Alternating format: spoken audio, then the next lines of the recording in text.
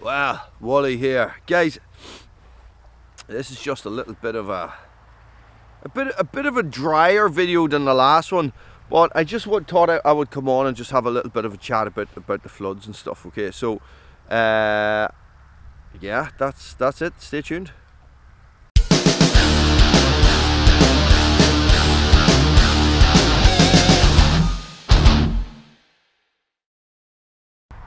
So guys, I'm just here on the edge of the river, right? And this is sort of winter river levels. It's actually a little bit high at the minute.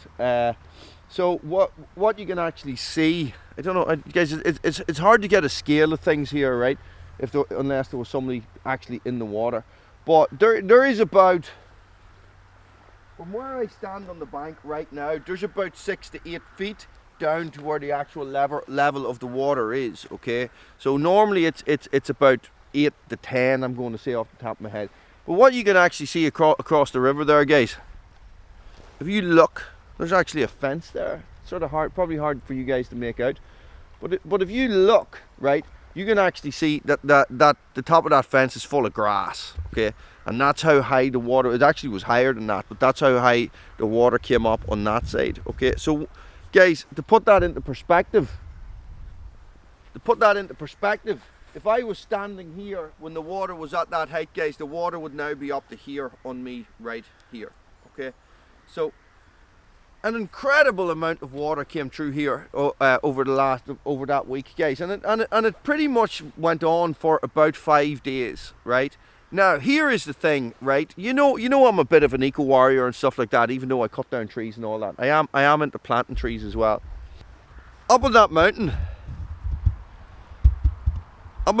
what you can see is you can see bare patches, guys, and that is where maybe 10 years ago the forestry removed all those large trees. Now I just saw a notification on my Facebook page today is that they are closing that mountain and they are going to remove the rest of those trees, not in sections, but they're going to take the whole bloody lot of them in one go. Now tell me this, we have just experienced flooding here that nobody has ever seen, on a scale that nobody can even remember, right? Or that nobody has ever seen before. Nobody I have spoken to has ever seen flooding like that. Yet the forestry is just going to plough in and cut down all those bloody trees. Just take them all. Just, hey, do you know what? See you downstream? Do you know what I mean? What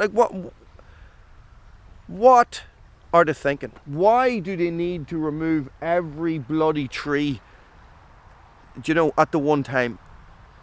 I don't get it. I really don't get it. In the comments, guys, let me know how many gallons of water you think one European larch tree would consume over a year. Let's just say a year. Do you know what I mean? So it's unbelievable. I don't get it. Anyway, that is not what this video is about. Let's look at the damage.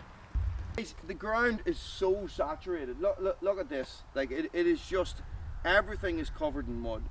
All inside in my forest is covered in mud as well. All the pine needles have been washed away. Internally in the forest itself, guys, I had some equipment damage. I had the lawnmower, which is an expensive piece of equipment, and that is actually going to be checked to see if it's worth saving. And you know,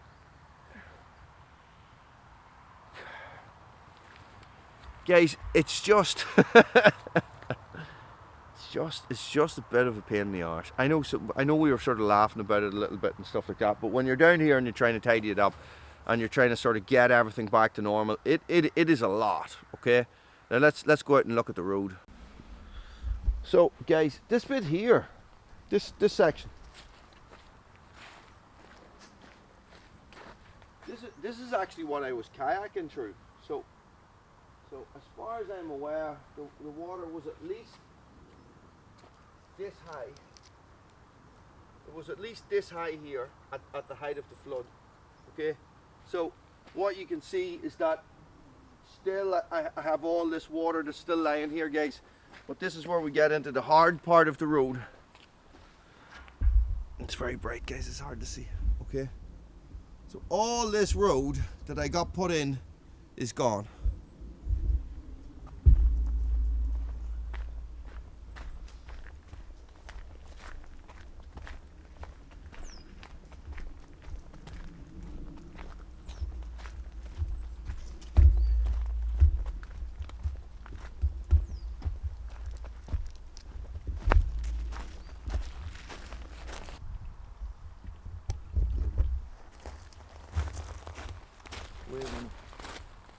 Now, this is all where I had the membrane down. So from here on, guys, but what you can see is that because water flows, it actually has gouged out all the stones, and it has removed them from my drive, which is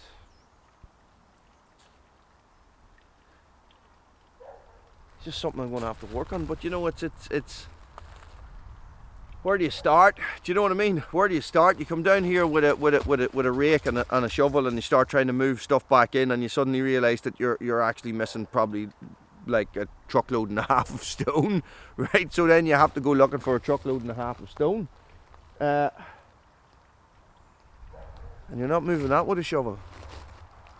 You're not moving that with a shovel. So that's what I'm facing at the minute, guys. There's these holes that you can see. Let's go up a bit.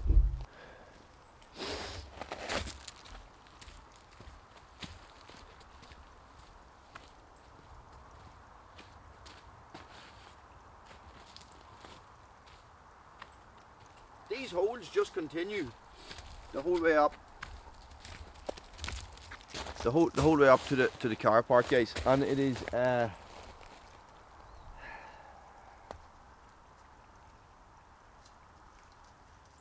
it's a lot. It's a lot. It's a lot, but you know,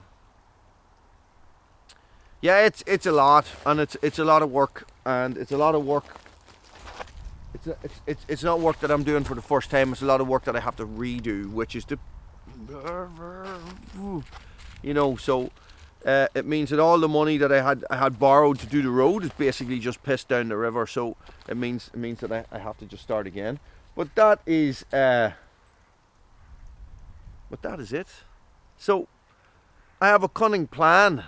I have a cunning plan as always. And basically my cunning plan is to gather up as many acorns as I can this year, and it is to grow thousands and thousands of oak trees, and it is to plant them on that mountain that we already mentioned, guys, and it is to do my own thing to combat flooding, okay, by planting trees, which is the best way to do it and the easiest way to do it. So what can I do? What else can I do? Smile and nod. Yay, it's all going to be okay. It's all going to be okay.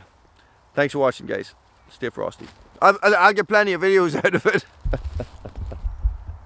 Won't we, Bruno? Won't we? Guys, please God, it never happens again.